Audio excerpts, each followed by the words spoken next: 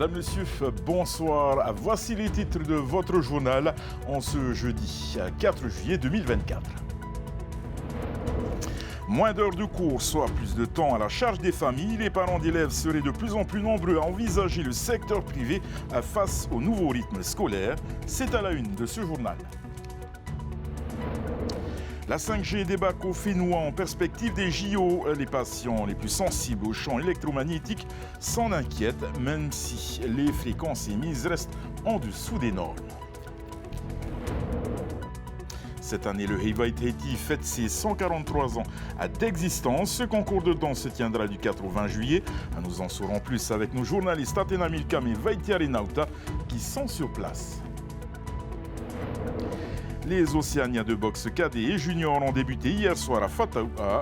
Les pugilistes tahitiens seront confrontés durant une semaine aux meilleurs boxeurs de Fidji, de Samoa et ceux des Kiribati.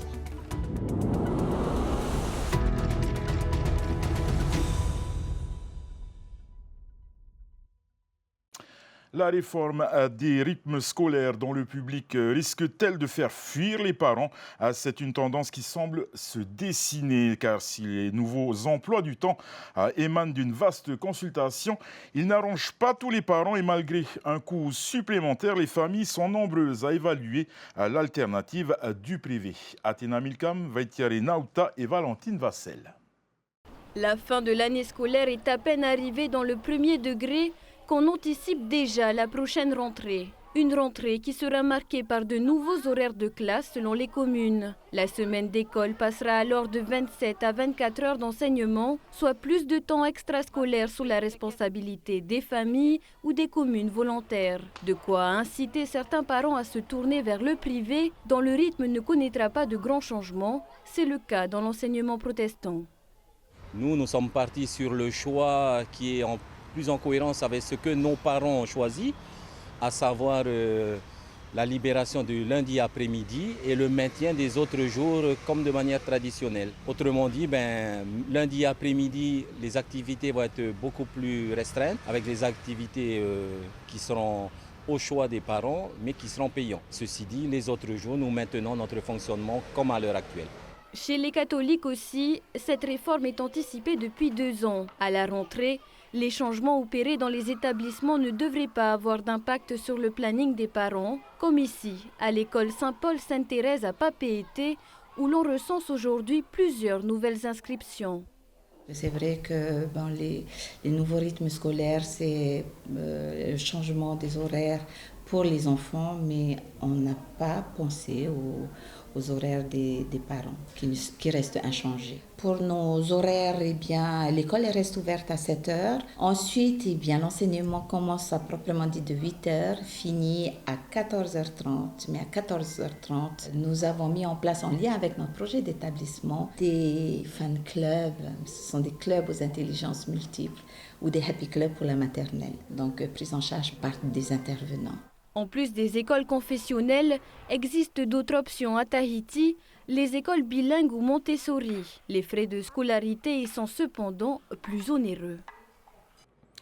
Ils sont jeunes, ils sont étudiants et ils sont venus des 4 coins des États-Unis pour prêter main forte à l'association Mama Natura dans ses actions de dépollution des plages. À l'occasion pour eux de quantifier et de caractériser les déchets échoués sur nos plages. Nos journalistes Valentine Vassel et Jessica Doucet ont suivi leur opération ce matin à Papara. Alors là, je suis en train de chercher des déchets dans les cailloux et on prend que ceux qui font 2,5 cm. Comme elle, ils sont une vingtaine d'étudiants américains à fouiller le sol à la recherche de détritus. Mais s'ils sont venus de loin, ce n'est pas seulement pour profiter du décor et nettoyer les plages. Dans le cadre d'un programme d'échange, ces jeunes mènent une étude de caractérisation des déchets marins. C'est la 2e fois que Rachel, étudiante en biologie à Seattle, participe à ce programme. Aujourd'hui, nous avons tracé une ligne de 100 mètres de long et nous l'avons scindée au hasard. À partir de ces délimitations, nous ramassons les déchets dans une zone tampon de 5 mètres. Dans cette zone, nous comptons le nombre de déchets en verre, en aluminium et en plastique. Ils doivent tous avoir une taille supérieure à 2,5 cm pour que nous puissions les comptabiliser. Tout l'enjeu de l'étude est de déterminer la provenance de ces déchets, mais aussi d'évaluer leur impact sur la biodiversité. Bien sûr, il y a du plastique partout et comme il flotte, ce plastique va se retrouver même sur les atolls où il n'y a personne. Et pour vous donner une idée de l'effet, dans une bouteille en plastique, j'ai trouvé 60 coquilles d'escargots marins. Véritable menace pour l'écosystème de l'île, les déchets plastiques représentent aussi un danger considérable pour la population, selon la présidente de l'association. Parce que là, sur une action de ramassage de déchets, on peut ramasser jusqu'à 2000-3000 bouteilles en plastique sur une matinée de ramassage de déchets. Donc c'est énorme, hein. C'est beaucoup de plastique. Donc si ce plastique-là, on ne le ramasse pas, il finit forcément dans les océans. Et à un moment donné, il finira forcément aussi dans l'assiette de nos enfants et de la nôtre aussi. Donc c'est vraiment sensibiliser. Chaque année, l'association Mama Natura ramasse entre 25 et 30 tonnes de déchets. Un volume qui ne faiblit pas, faute d'action concrète de la part des entreprises et du pays. La 5G et son ultra haut débit sont-ils vraiment dangereux pour la santé? Le déploiement de la 5e génération de communication mobile en Polynésie suscite des inquiétudes chez les patients les plus sensibles. Et pourtant, les risques pour la santé sont jugés peu probables par les autorités sanitaires. C'est le dossier de la rédaction. Il est signé Meritiatou. Léonard et sa famille assurent vivre un cauchemar depuis l'installation de cette antenne relais à 4 mètres de leur maison. Dans le foyer, on se plaint de migraines et de perte de mémoire. Tout ce qu'on demande, c'est qu'ils déplacent leur antenne, qu'ils le mettent ailleurs. C'est pas la place qui manque. Hein? On peut monter plus haut, on peut monter de l'autre côté. Il y a de la place. C'est une antenne 4G. Pour le moment, ouais. Le 5G va arriver bientôt, ça va être pire. On va être encore impacté plus fort. Soupa, lui, vit à 230 mètres d'une antenne relais. Opéré du cœur dans l'Hexagone il y a quelques années, le Matahiapo dit craindre pour sa vie. Hypersensible aux ondes électromagnétiques, il a fermé la terrasse de sa maison avec des plaques d'aluminium. 3G, j'étais vraiment bien irradié là. Qu'est-ce que ça va être à 5G? Alors je veux que rêver, hein. S'il y a toujours ça là, c'est de la légitime défense. C'est cette antenne ou moi, ou ma vie. Si on ne nous entend pas, ça fait 11 ans que je gueule dans le désert. À 77 ans, j'ai rien à perdre. Je veux sauver mon peuple. Hein? Voilà. C'est pour ça que ce combat qu'on veut faire. C'est pour tout le monde. C'est pas pour nous. Le dossier de Léonard et Soupa sont suivis de près par Maître Husson. C'est un dossier difficile pour tout le monde, dès lors que la problématique de la 5G, elle est double. C'est des problèmes techniques, sanitaires, mais aussi juridiques, parce qu'on ne connaît pas les effets et les conséquences sur la santé publique. Nous n'avons pas, à l'heure actuelle, surtout en Polynésie, avec la proximité des pylônes et des habitations, les conséquences liées au déploiement de la 5G. C'est vraiment de la provocation, moi je dis. Avec la 3G, mon client a déjà subi des conséquences sur sa santé.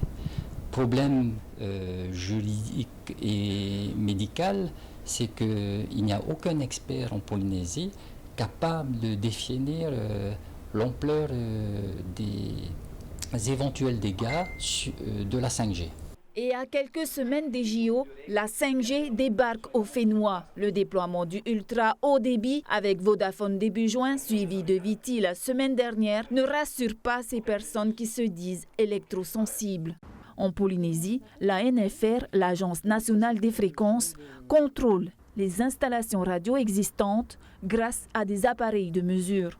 Cela nous permet de vérifier que les fréquences utilisées, les fréquences émises, sont bien en accord avec les déclarations faites par les opérateurs. Est-ce que justement c'est déjà arrivé en Polynésie où les normes ne sont pas du tout respectées? Non, nous n'avons pas eu de cas comme cela jusqu'alors. Selon une étude de l'Agence nationale de sécurité sanitaire, les réseaux 5G opérant dans ces fréquences ne présentent pas de risque majeur pour la sécurité des individus. Pas de quoi rassurer Léonard et Soupa. Au sein de l'association Heitaratara, ils réclament un moratoire sur le déploiement de la 5G au Fénois. Et on se dirige sans plus attendre vers Tuatha où nous attendent Athéna Milcam et Veitiari Nauta. Elles assistent à l'ouverture du Heivaitaiti organisé du 4 au 20 juillet. Athéna, bonsoir. On fête cette année les 143 ans du Heivaitaiti. Oui, 143 ans déjà. Bonsoir Davidson et bonsoir à tous les téléspectateurs qui nous regardent. Alors pour cette nouvelle édition, ce ne sont pas moins de 10 groupes de danse et 10 groupes de chant qui performeront sur la mythique scène de Tuatha.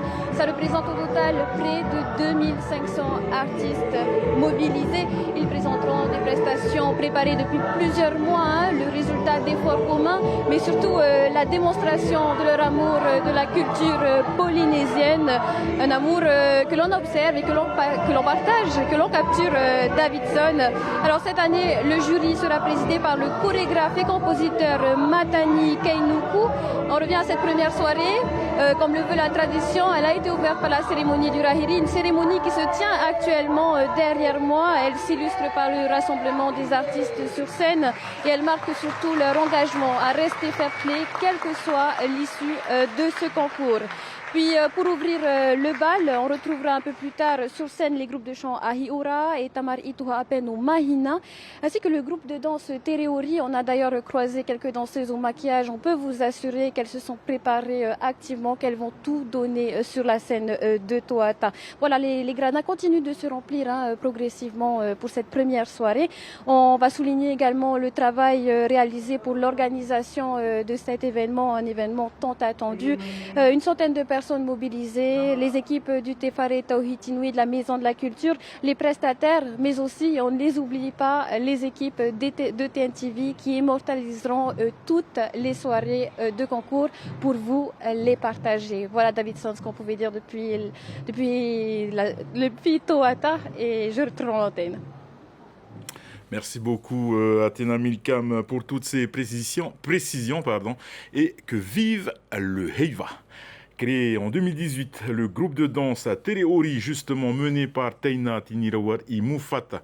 Ce groupe revient en force pour sa deuxième participation au Heiva en catégorie pro et avec un guerrier plus puissant, Aito Taf'ai Hup Ohuitua, un spectacle pour rendre hommage au regretté John Mayday, à qui avait lui-même suggéré ce Aito pour son amour de la terre, de la langue et de la culture. Reportage d'Andy Ebb et Meriteato.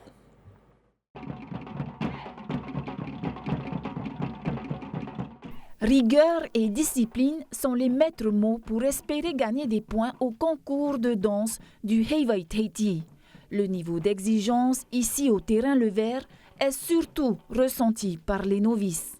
Alors, je ne vais pas te cacher, c'est difficile. Hein. Je commence vraiment à avoir mal aux genoux parce qu'il faut aller en bas, il faut remonter. C'est tous les jours, ça prend du temps et de l'énergie.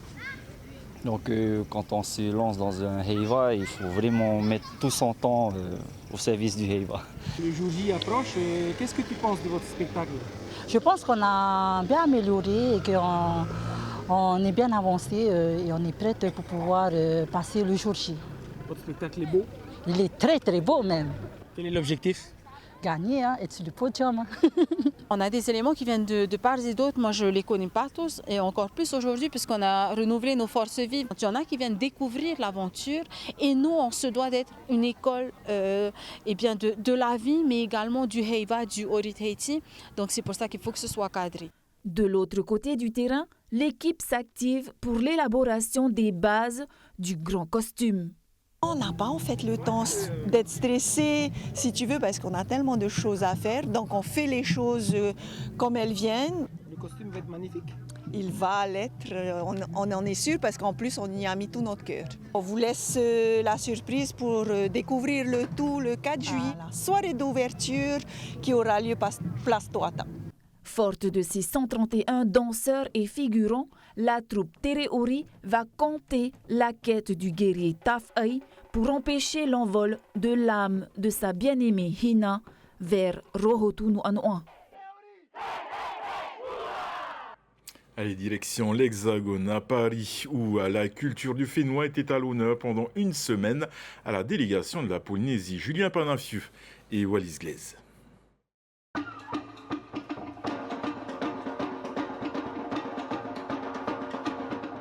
un peu de Tahiti en plein cœur de Paris. Depuis 2017, le marché polynésien continue à promouvoir l'artisanat local auprès des curieux. Cette 6e édition met l'accent sur la nouveauté et la modernité. On a vraiment tenu effectivement à ce que cette édition elle représente la Polynésie d'aujourd'hui, la Polynésie que moi je côtoie, c'est-à-dire où s'exprime et dialogue en permanence la tradition et la modernité avec de l'artisanat, du tifeifei, des savoir-faire ancestraux, mais aussi des choses plus modernes avec un créateur de jeux, du ataroa, avec un chanteur qui fait de la comédie musicale, avec des DJ sets polynésiens. Donc on a vraiment tenu à montrer cette diversité. Danse et sonorité tahitienne, tout est mis en œuvre pour voyager de l'autre côté du Pacifique. Au marché, les visiteurs peuvent y préparer un voyage au Fénois et se voient proposer une large gamme de produits, bijouterie, création à base de perles, cosmétiques, artisanat et textile. Ça nous permet aussi de rencontrer ceux qui ont fait la Polynésie, ceux qui arrivent, ceux qui sont partis en vacances. Voilà, c'est un peu ça, pour montrer un peu ce que nous avons fait. Parce que parfois, nous recevons quand même, souvent, nous recevons des objets de la Polynésie. Une chose est sûre, bon nombre de Parisiens sont venus se réchauffer au contact de l'ambiance du Fénois. L'ambiance, la couleur, l'artisanat, la couleur, la gaieté, j'adore les perles, les fleurs. Oui, c'est tout ce qu'on aime finalement.